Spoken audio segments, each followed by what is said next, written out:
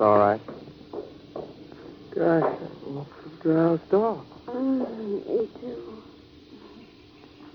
Well, look, it's getting light. Morning. Morning.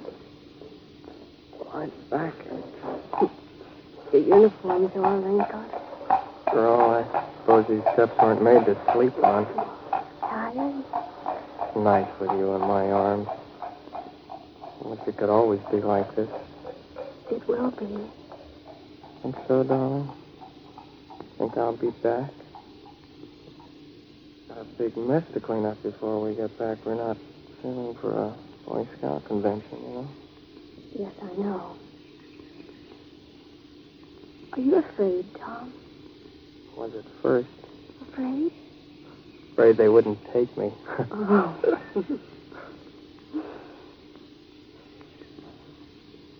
I love you, Tom. I love you, Betty. I guess that's one of the things this war is about.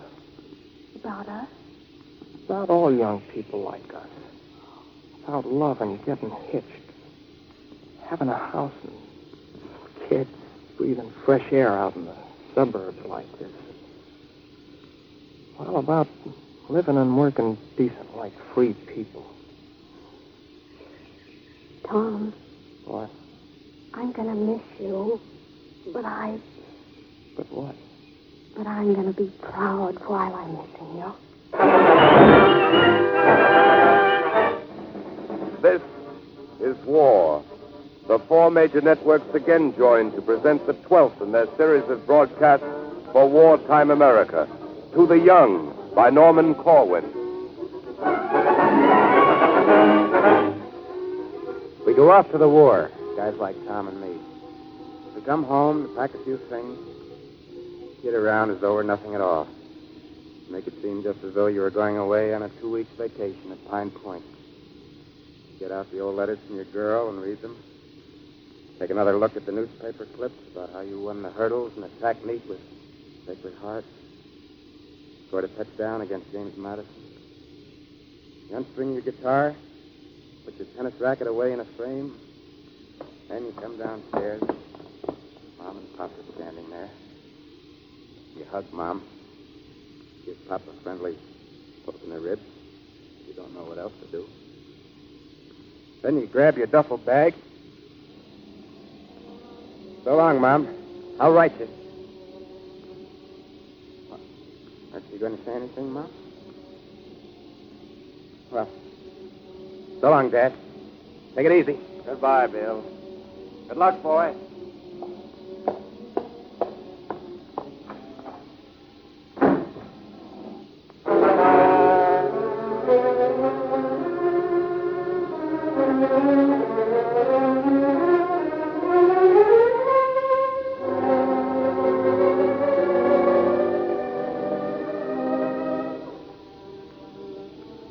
Go off to the war. And then there's that sadness that always hits you when you say goodbye to those you love, no matter what kind of a voyage you're going on. For a while you sit in the train watching the country roll by. You feel so lonely. Think of the folks. Your girl, Alice. Your dog, Nick. The Joyland Dance Palace down at Silver Lake now that the nights are getting warm.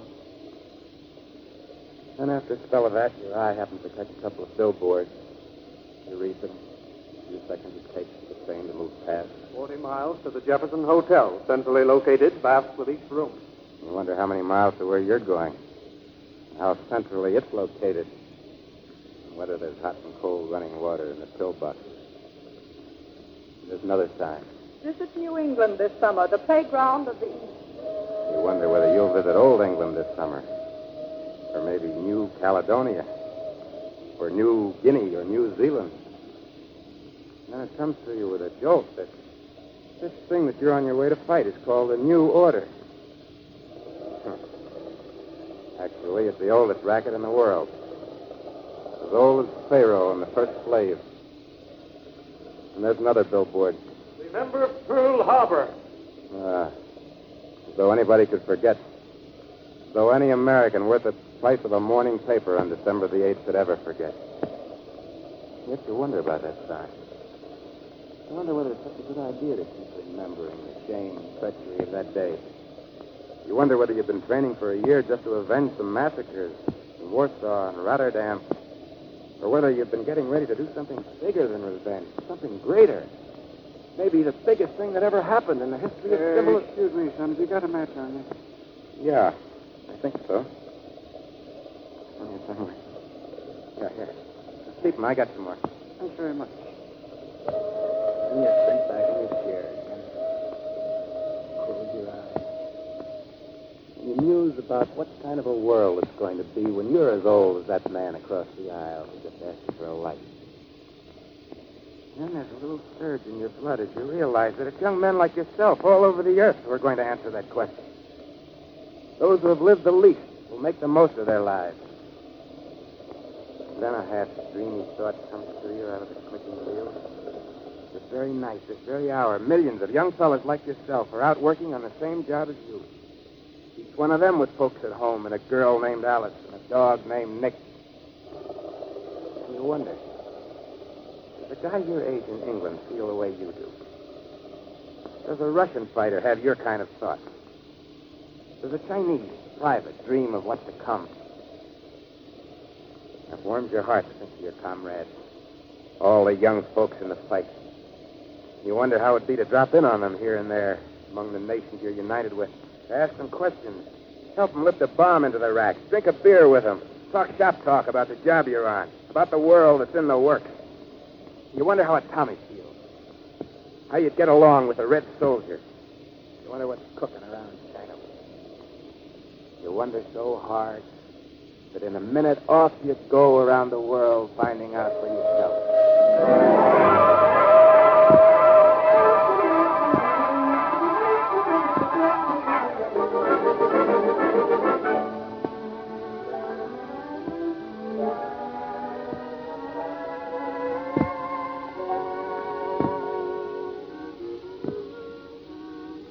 Jenny's the prettiest number I've taken out. I can see why you're nuts about it. Long and slim. That's the way I like them. She travels in fast company. Did she behave all right Wednesday night? Oh, gave me everything I asked. Even with all that ack fire around us over Rostock, she handled beautifully. Well, the headwind slowed her down on the return, you know, but she still was fast enough to get away from those Heinkels. Uh-huh. You ought to see our P-39. Oh, I can hardly wait to fly one. I say, Edna, will you bring some more tea, please? Righto. Will you have time? Sure. Look, tell me, Bill, how are they taking the war back in the States? By and large, fine. Everybody's pitching in. Huh? There are still some crabbers, of course. Oh, young people? No. Old experts, mostly. Kicking about this and that, telling the Army and Navy how to run the war. Yes, we had the same thing here for a while. Funny, isn't it? The blokes who do all the squawking and yammering are never the ones who do any of the fighting. Yeah, some people give their lives, other people give their opinions. Yes, quite. Tell me, is there any anti-British sentiment? Well, the 5th and the 6th columns are doing their best to plant it and to nurse it along. But, you know, there's always a crackpot market for anything that's anti-sensible or anti-decent. The good old Axis errand boys. Oh, you know, Bill, it's getting pretty late for that kind of stuff. I mean, when a maniac's loose in the house, there's no time to argue about who left the door open. Good Lord, man, you and I'd get absolutely nowhere if we spend all our time blaming the old fools who made the big mistakes 5 and 10, 20 years ago. The idea now is to go out and give the Axis hell and win the war and do it soon. And when it's won, to see that it stays one. Exactly. To have our say in the kind of world we're pulling out of the fire. There's no reason why anybody in the world... Ready to go in 2 minutes. Ready, Hollister? Oh, right with you. Ready. Look, Bill, I've got to run now. Oh, it's been swell to sit here and talk with you. Yes, well, one thing I wish you'd carry away with you, old man. Yeah. It seems to me the world's shrunk a lot since we were kids. Now, it's overnight from New York to London if you fly a ship as good as my Jenny. We're not far apart anymore, not in miles or anything else. We are fighting the same scrap. There are no longer a dozen big powers in the world. There are only 2, good and evil. Whatever man's accent may be, whether it's Cockney or Yorkshire or Brooklyn or Midwest or Russian or Chinese, he's fighting on one side, and that's our side. And, well, that man's a brother of mine, and he can wear my shirt and borrow my gun. Bill, give it to him. See you in Berlin. So long, Fred. Cockney, Brooklyn, Midwest, or Russian. It's a small world, all right. The accent doesn't matter anymore. The accent now is on youth. The accent's on victory. Give it to them, Fred. Carry it home. They don't like the war in their own backyard. They prefer to fight in somebody else's. It's an old German custom. Fly fast, kid, and fly straight. But at that, I'll be over Germany before you. I'm on my way to Russia, Fred, to see a fighting man named Peter.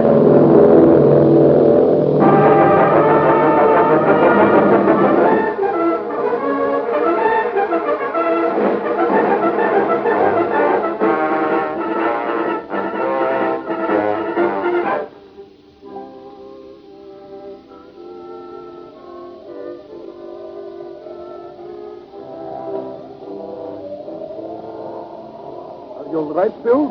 Yeah. Won't they spot us in this tree? Not if you don't move. Don't talk loud either. They're on the lookout for guerrillas. What do you make in the telescope? Take a look. Nazi field headquarters. They think they're well hidden, deep inside their own lines. I know the country a little better than they. What's that car there? Staff car. When they come out and climb into the car, that's when I go to work. Me. Katarina. Katarina? My sweet machine gun here. My little Katarina. Oh. My best girl. Hey, Pete, what's that plane? Nazi scout plane looking for guerrillas. You haven't seen any guerrillas in these woods, have you, Bill? Better keep your head low. You been guerrilla fighting long? 2 months. Fought with the army of the Southern Front when we stopped the Nazis at Rostov. Then when we began to drive them back, I was sent to train guerrillas in the occupied areas. You know something, Pete? What? We Americans certainly had a screwy idea about you, Red. Screwy? What means screwy? I mean, twisted, queer. Somebody lied to us, Pete. They must have done a lot of lying over a long period of time. So? They told us you had a badly trained army, that you had no planes, that all your good generals had been killed off, that you were all starving to death. They told us you had no constitution, no faith. Does America understand us any better now? Oh, yes. But there's still some people who call you a menace. They say we'll have to fight you when we've both licked the Axis. This is cruel. Who says that? Young people? Your soldiers and sailors? No. A few cranks. And some editors. And the Axis radio. But the vast majority of Americans think you're doing a great job, and they're solidly behind you. We're not taken in by any new variations on the old lies. You know what Lozovsky said about the losses we have inflicted on the Nazis? No, what did he say? He said, we have destroyed a generation of Germans. You have, at that. That means, Bill, we have helped to make free in the world that you and I will grow old in all the generations after us. This is a solemn thing to think about. Terrible. Yet sacred.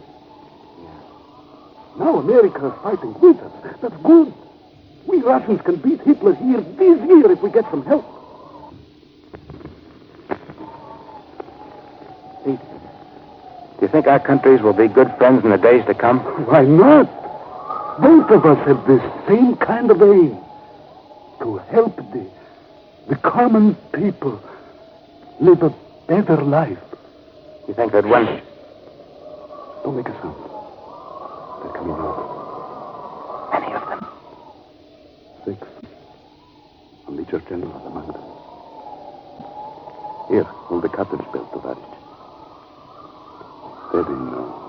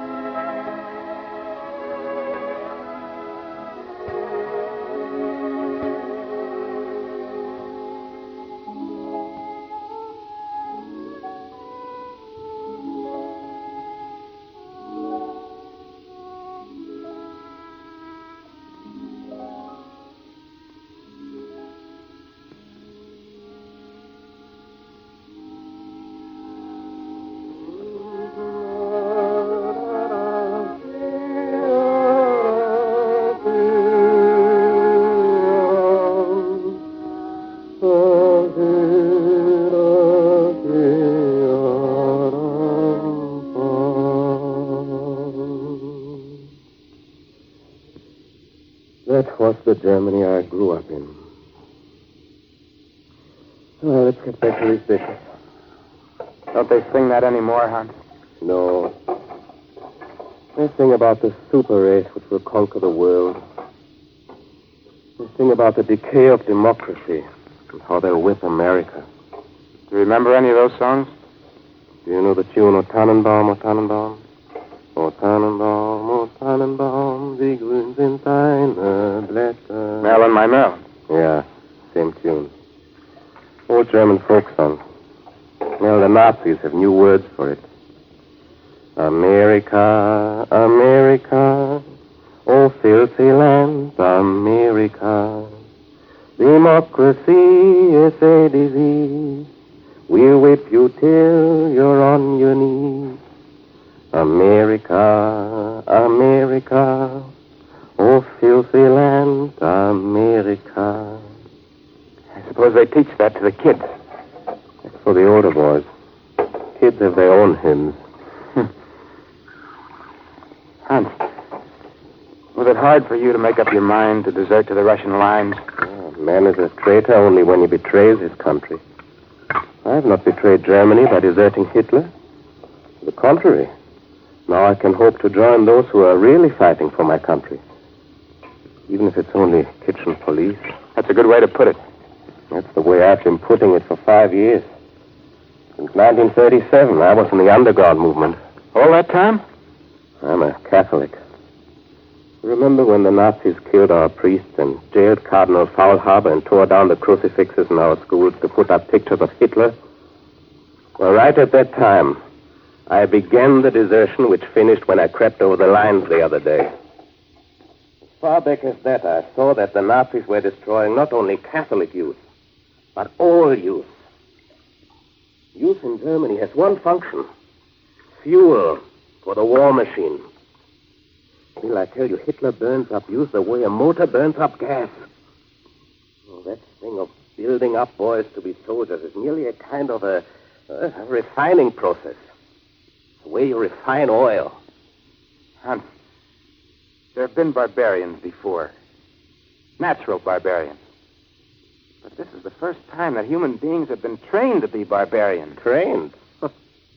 You should see those poor kids in school getting the daily injection of poison. Why, there isn't a single subject which has not been perverted. This is class in nature studies. Hi, Lisa. Hi. Now, this morning we are going to draw conclusions from our trip in the field yesterday. Albert, tell me, what did you see? We saw an anthill. Yeah? And beetles and a beehive and birds. Yes. And everywhere you looked, you saw how nature uses the Führer principle. The principle of leadership. One thing you did not see, and that is the principle of democracy. Now, everywhere in nature, the leader has to be obeyed. The strong rules over the weak. You noticed how the ants did what was assigned to them without questioning. Now, class, which ants saw to it that the commands of the Führer ant were carried out? The soldier ant. Correct. You see, nature is very wise about all things, and nature intended soldiers to be the most important of all living creatures. When you grow up, you will be soldiers for Adolf Hitler. That is the highest glory in the world, to die for us. Or take a class in arithmetic. You might think, Bill, that stuff like 2 times 2 could not be distorted. But to the Nazis, every problem is a chance to drive another nail into a kid's head. Here is your homework problem for tonight.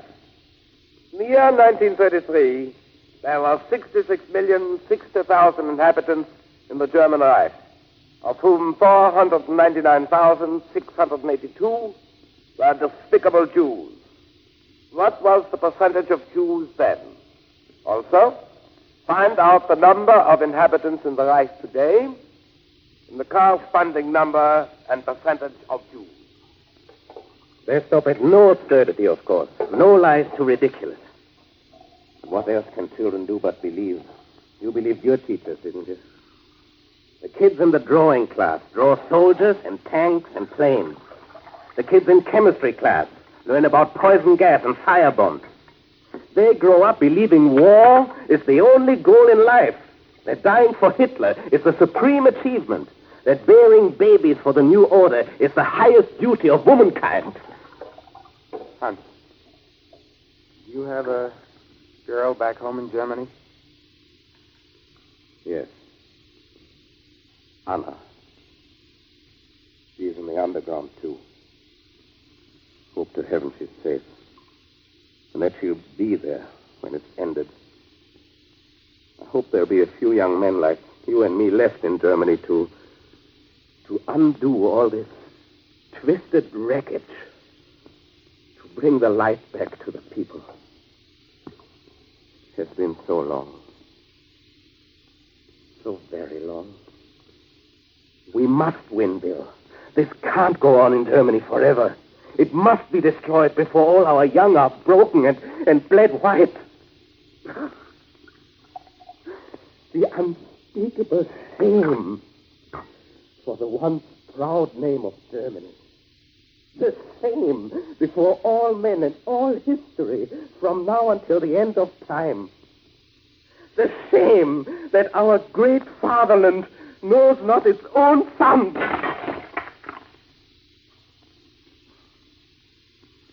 I'm sorry. I lost myself.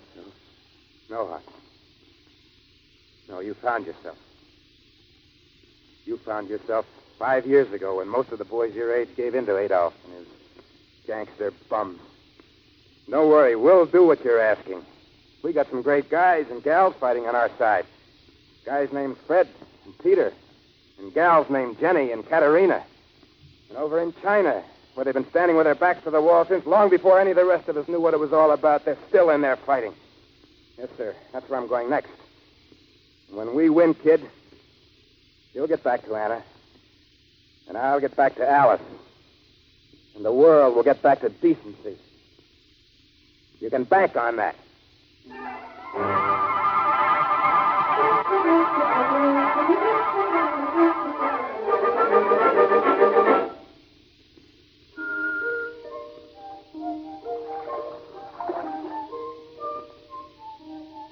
Yes, we have come a long way, Mr. Bill.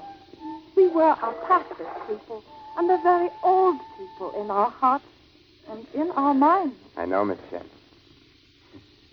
I'm afraid a lot of Americans had the idea that China was made up mostly of laundrymen and Confucius. When the Japs first took you on, we thought you'd be knocked out in a couple of weeks. You cannot defeat a fighting people if they want to fight.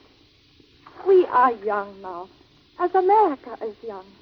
We are united now after all those years of revolution. We have given much to the world in the past, and we give much now. And in time to come, we shall give more. We shall know each other better. I hope so, Miss Jen. And I believe so.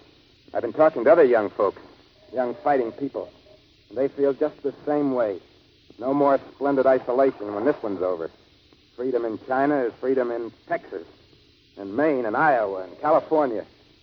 If we haven't learned that by now, we'll never learn it. Will you take the tiller for a while? I will go below and cook something for all of us. Yes, sure. Hey, this is some river. It's as wide as our Mississippi. Now, tell me, Miss Shen, how many of these junks have you moved upstream since the Japs bombed you out? About 20. But we have not far to go now. We will set up the university again as soon as we reach Chongqing. Gosh. Who'd ever think of moving a college 2,000 miles and carrying the whole works on donkeys and junks? The Chinese would think of it. Mr. Bill, we have moved more than 100 of our universities this way. In China, education does not continue in spite of war, but because of war. We want young China to be ready after the victory, ready with the knowledge that will be needed to make the good life in a good world. You know, Miss Yen, what's that? Young Chinese soldiers on their way to the Burma front. They are saluting you. Oh. Wave to them. Hi. Hi there, fellas. How's it going, fellas? The same to you. Give 'em hell when you get there. Good luck, fellas.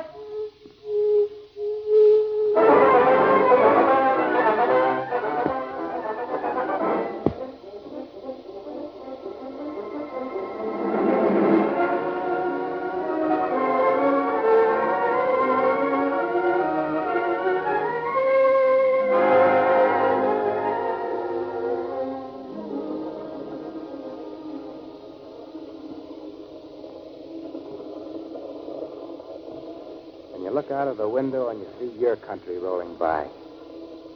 The night's falling. Lights are going on in the farmhouses. And somehow you're not sad anymore. Those lonely thoughts are no longer with you. Somehow you're not alone now.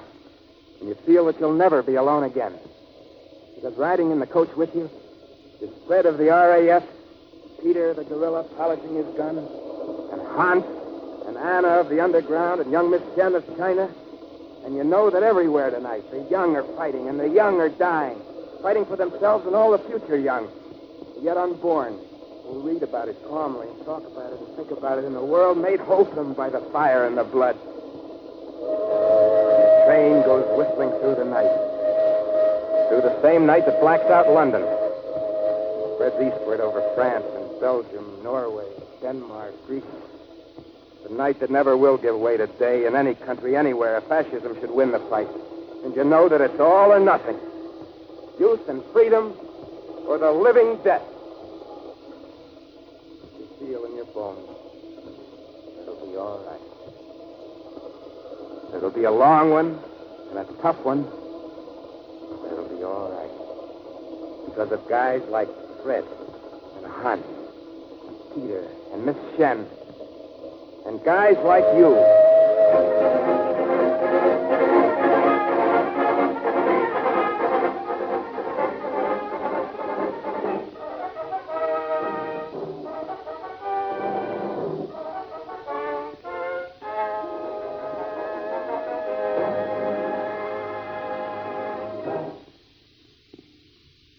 You have just heard To the Young, written and directed by Norman Corwin.